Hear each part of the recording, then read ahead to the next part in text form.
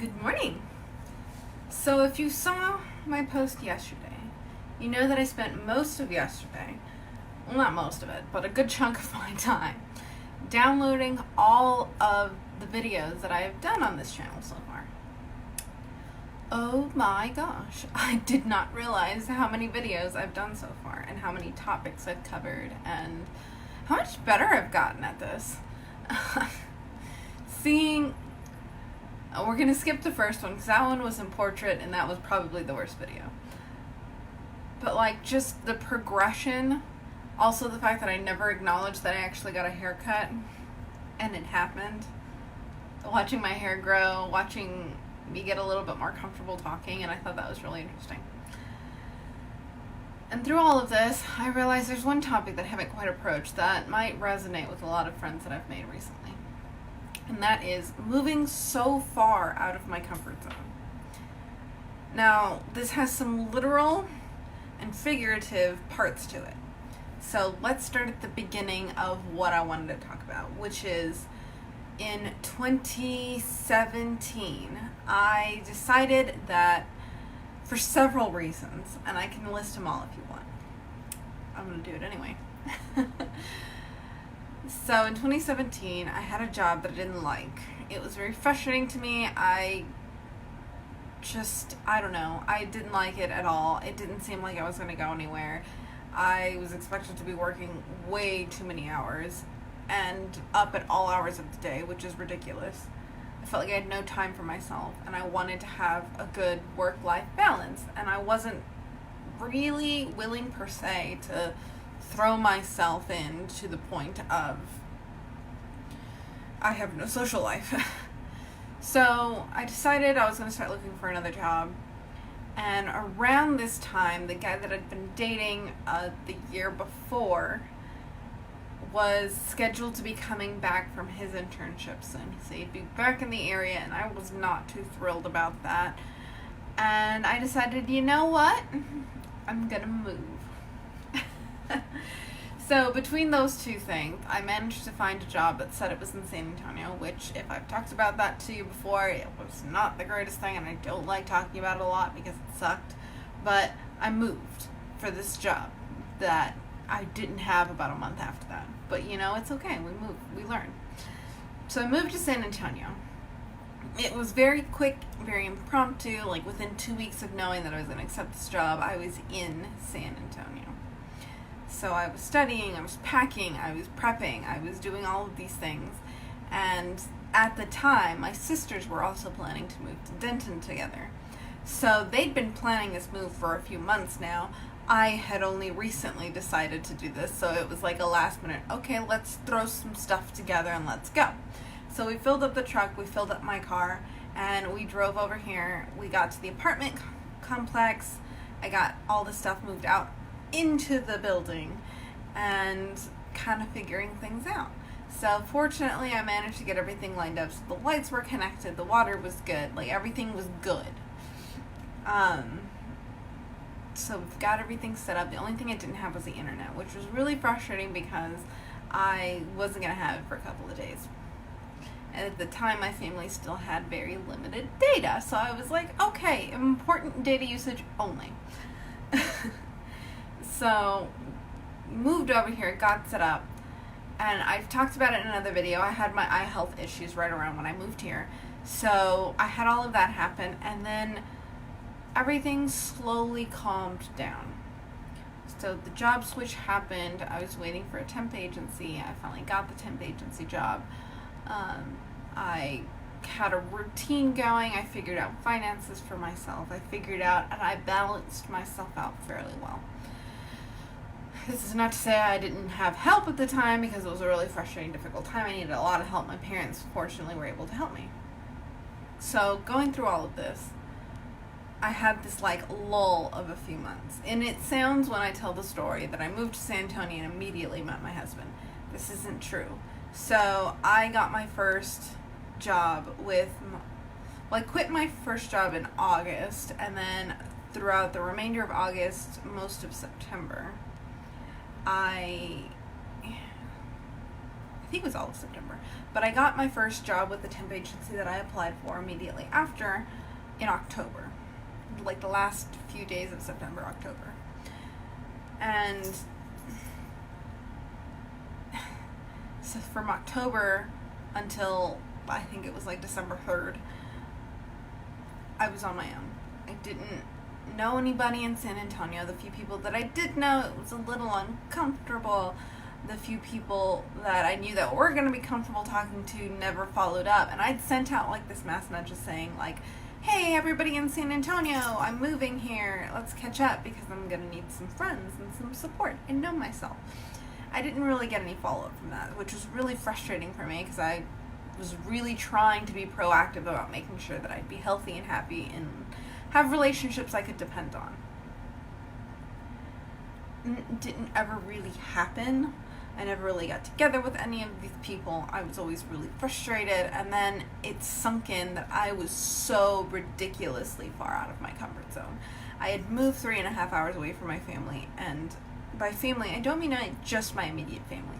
I mean, almost all of my aunts still lived in the valley. A lot of my cousins still lived there. None of them lived in San Antonio except for one, and she moved soon after that. I didn't have any friends in San Antonio. Out of my comfort zone, didn't know what I was doing, and I was lost and scared and frustrated and afraid, and I started to question if I'd made the worst mistake of my life by moving over here, because what was I thinking? I had lost the job that I moved over here for because it wasn't going to pay me anything for a while, and I needed money to pay my bills. I had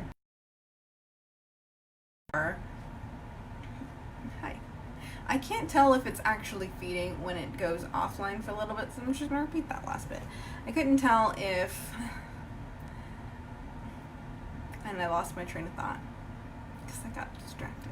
Anyway, so lost the job, didn't have a lot of friends, and I was just felt like isolated. I felt unsuccessful, and like I'd made a terribly impulsive mistake by moving to San Antonio by myself.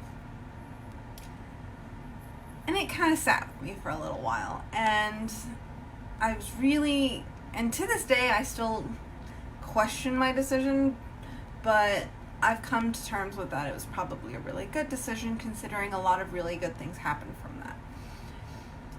So, kind of had to pull myself up and figure out what I was doing. And I was really questioning if I was going to move back immediately. On December 3rd, I agreed to go out on a date with this guy that I'd kind of chatted with a little bit. Hadn't met in person. Finally decided, let's go have some coffee. And that day was the day that I was like, yep, nope, I think I'm staying in San Antonio. And so a few days after that, we started dating officially and got to know each other. Had a rough first month, partly because I was like, I don't really know if I want to stay. I don't really know if I want to do this. And I was very paranoid, and I was not in the best place myself. But, you know, we got through it. Obviously, everything was okay. We got married, like, about a year and a half after that. We're still together, obviously. But that kind of helped reaffirm my decision. And so that made me think of how many times have we been pushed out of our comfort zone or decided it was a great idea to just stroll casually out of our comfort zone, and then something just gets us to stop and go, what am I doing? And it's happened to me a few different times. One of them was when I was in my first play in high school. I felt like I was freezing up going, what am I doing? I've never done this before. I don't know if I'll be good at this. I don't know if I'll be convincing at this. And it turned out pretty good. We did all right. And then I did it again next year with a lot more lines and a lot harder a script. And I think I did okay. But all of these things, I was just like, I thought it was the worst decision I'd ever made, or worst decision that was ever thrust upon me, and it turned out all right. And it turned out to be one of those really good decisions that led to a lot of other things that led my life in directions I probably would not have gone otherwise. I would not have gotten into theater in college, which led me to discover how much I really love communications, which is something that if I could go back to school and get my master's degree, it would be in that. Specifically interpersonal and intercultural communications, because oh my gosh, the wealth of information that's there that I would love to be a part of.